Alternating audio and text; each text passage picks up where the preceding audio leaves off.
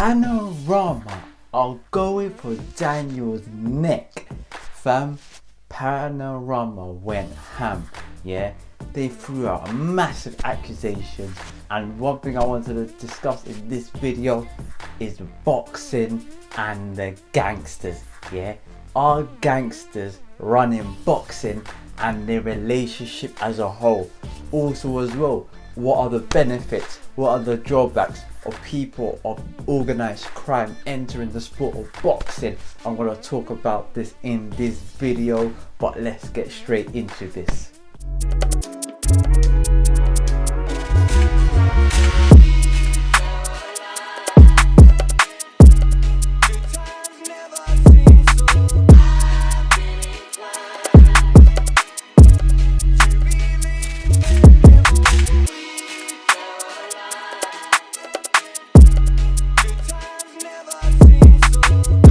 Yo guys, welcome back to another video for Off the Canvas Boxing. If you haven't done it already, please click the subscribe button, drop a like on this video because it helps out a lot. Follow me on my social media links in the below. I'm going to be talking in this video about gangsters and boxing. Is organized crime, members of organized crime, good for the sport of boxing? Have they played a good part in the sport of boxing, and are they beneficial to the sport of boxing? Any drawbacks as well for them entering boxing as well? I'm going to be talking all of that, and how did this relationship come about? I'm going to tell you this for a fact. Boxing, boxers, and the sport in general, and the gangster and organized crime industry are like cousins. They intertwine. Let me tell you something, they known each other for a hot minute, okay? And they're not supposed to be seen in public, but please know that they have each other on speed dial, yeah? And let me talk about some of the notorious historical friendships between gangsters and boxing, okay? This started off, you see Snatch as well, come on man, we know this happens, yeah? In Snatch, they said to him, if you fall to the floor, we are gonna make a lot of money, so take one for the team, brother, okay?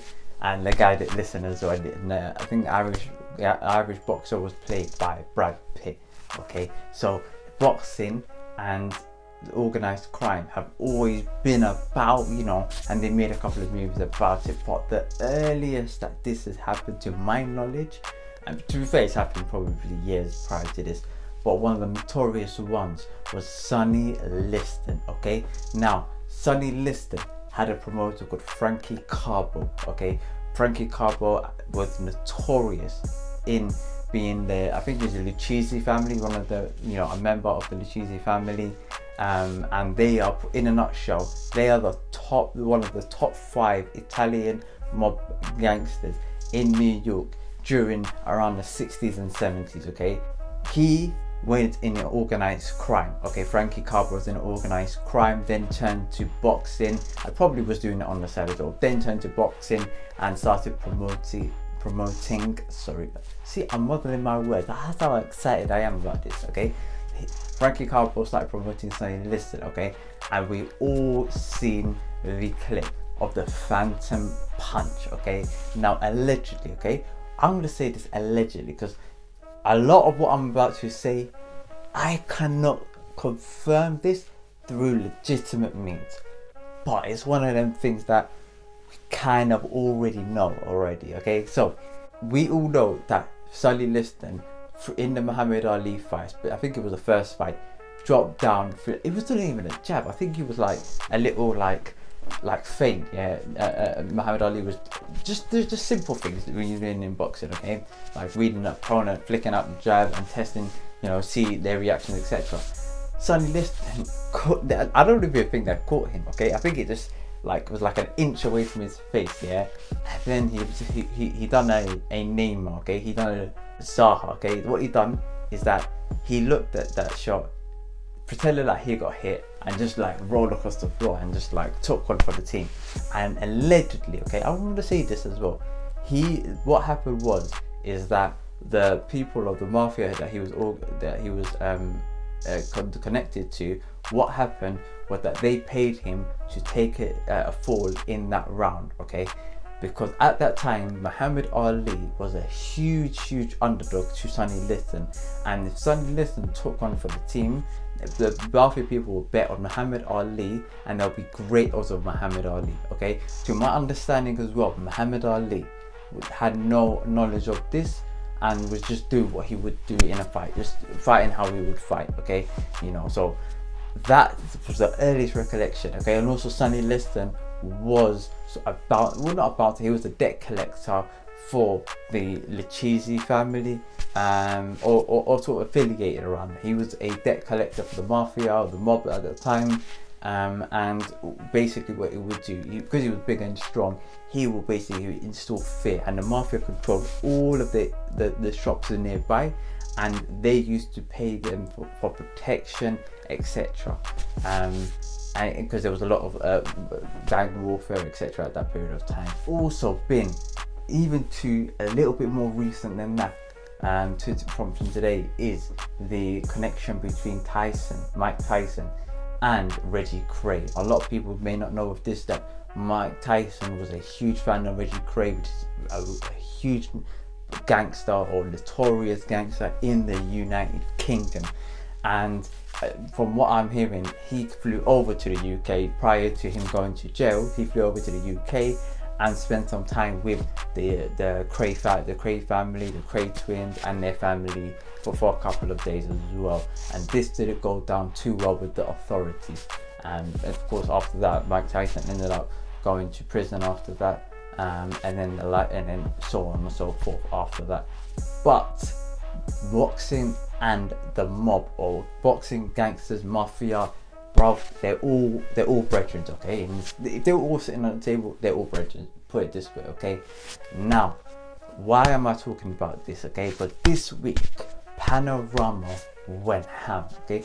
Panorama threw Daniel Kinahan under the bus, okay? And what they did is that they done a whole documentary about, mafia and boxing. Well, I think that's what they called it, mafia and boxing, and they featured it around the Kinahan family, okay? Now, the Kinahan family, for a lot of people, I never heard about them, to be fair, but they're quite notorious in, I think it's the south of Ireland, for being one of the alleged largest cartels in Ireland as well, okay? At the figurehead was, I think, Daniel Kinahan's dad, okay, and I think he was the figurehead of this sort of organized crime.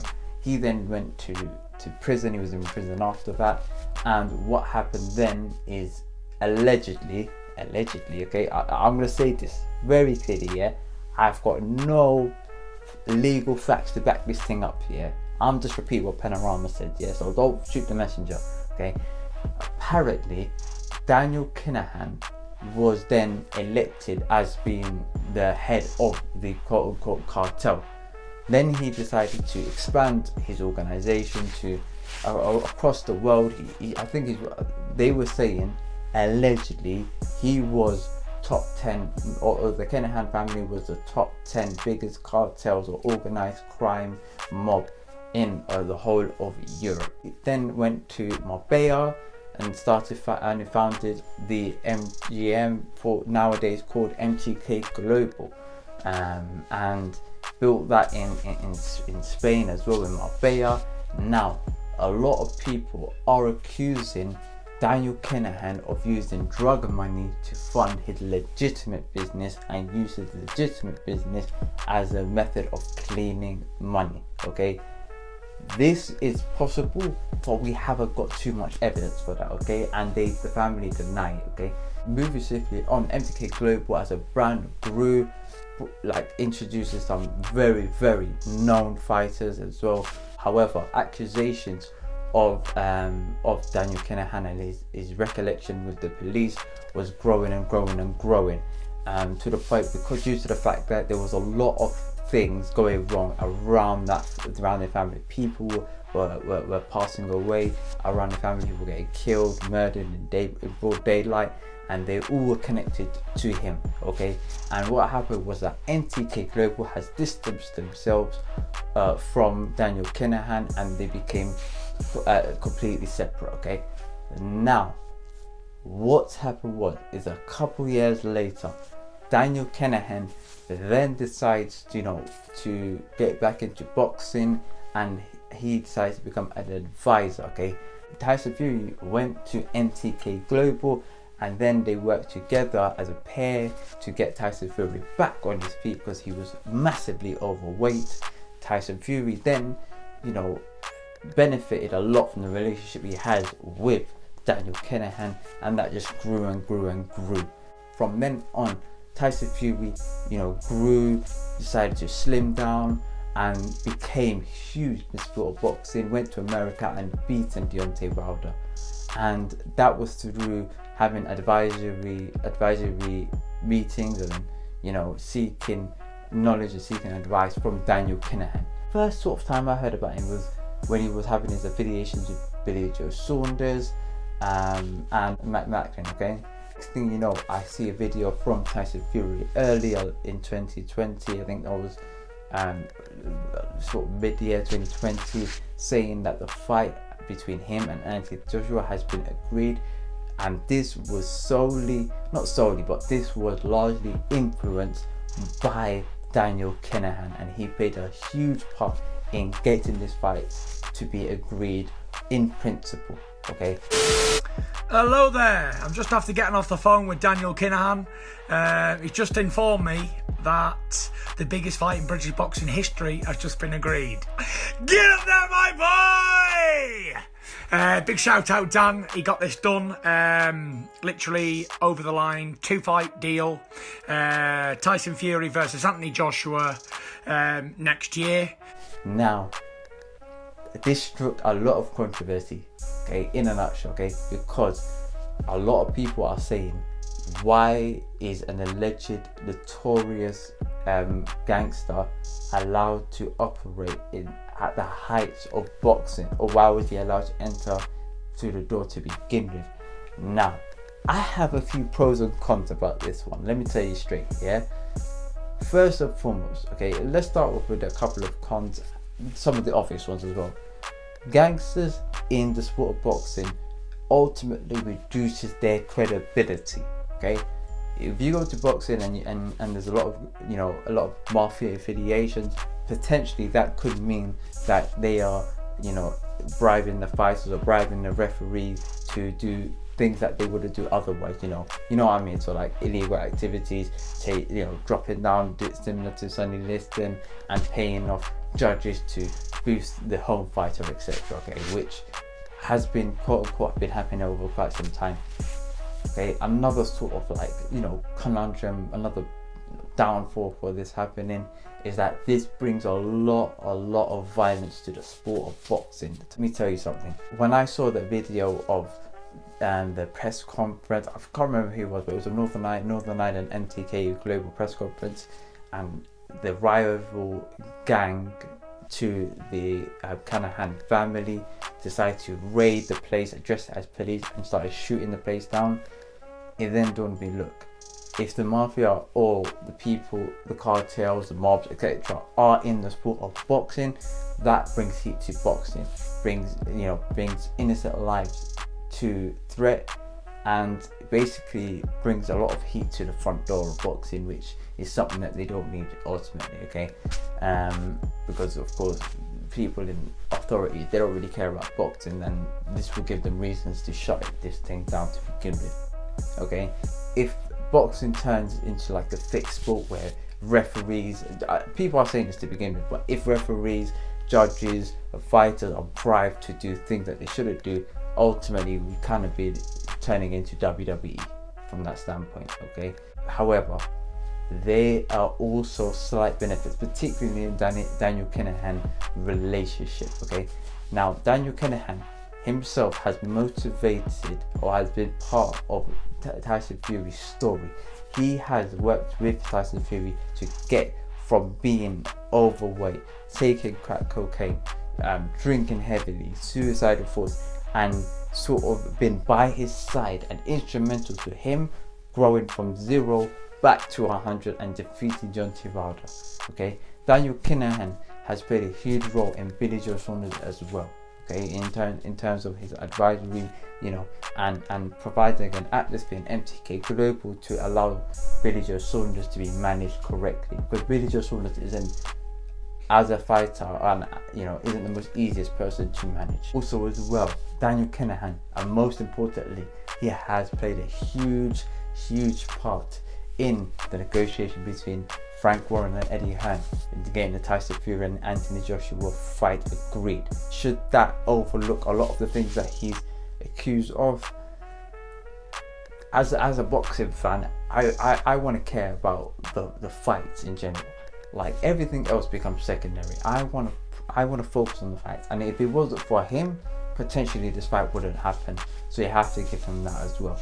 And lastly as well, but not least, in terms of Daniel Kinahan himself, he hasn't been, and this is what I'm thinking about Panorama as well, he hasn't been, like, of course he's been arrested, but being arrested is different, okay? Because I know Baggerman that's been stopped, searched, arrested at the same time. So, and then after 24 hours they get back, you know, they release them for basically nothing, okay? So he's been arrested a couple of times, but he hasn't been convicted of any organized crime, okay? And this leads me on to say, look, with Panorama, I'm being honest with you guys, yeah, some of the things you do are great, but I wouldn't personally do a documentary on someone unless they're, like, saying they're organized, a mob boss, saying, unless I had really, like, I know they had somewhat of an evidence, but unless, like, we have a police incrimination not even charges, like he's been in jail, in and out of jail, etc., then I can sort of believe them a bit more. Because if what they're saying is true, why hasn't he been arrested so far? You know what I mean? And he said this as well, like in his sort of statement, what they're saying is absolute, you know, false. And if this was true, I would have been arrested by now, which, you know, it is true. I kind of agree with that. Hindsight is 2020, and maybe in the future he might be. However, as it stands right now, in early February 2021, I cannot. It wasn't concrete enough, okay? It wasn't convincing enough for me. But should the gangsters be in boxing? Should the mafia be associated with boxing? For me, if they're going to provide a positive outcome for boxing, I wouldn't be too mad, okay? Please no. Some of these sort of cartel, mafia, mob bosses, gangsters, whatever you want to refer to them as, they own legitimate businesses, okay? Is it up to us to boycott those legitimate businesses because they're affiliated through negative crime? Some may say, should we listen to R. Kelly's music after he done some of the mad stuff he's done? But I think in this society, criminal organizations, or organized crime, shall I say, is widely accepted, and you know, people make movies about it, etc. So from my perspective, I don't see a huge problem in it, providing that they're not going to bring heat to their front door of boxing. You know what I'm saying? But guys, yeah, put it this way, I put this attire on here because this is quite fitting, okay? You can call me, guys, in this scenario, you can call me Warrior Chino, okay? You know, like Al Pacino, you know, Warrior so much, bro, you know what I'm saying, fam, okay? But thank you guys for watching this video. Please like, comment and subscribe. Let me know what you guys think, okay? Do you guys think that these people shouldn't be anywhere near the sport of boxing? Or do you think, you know, if they're like similar to myself, if they're providing a positive outlook to the sport of boxing, why not? Okay, well, thanks guys for watching this video. Peace, love and prosperity to all you fans as well. Thank you all for subscribing, and I catch you guys in a bit. Peace.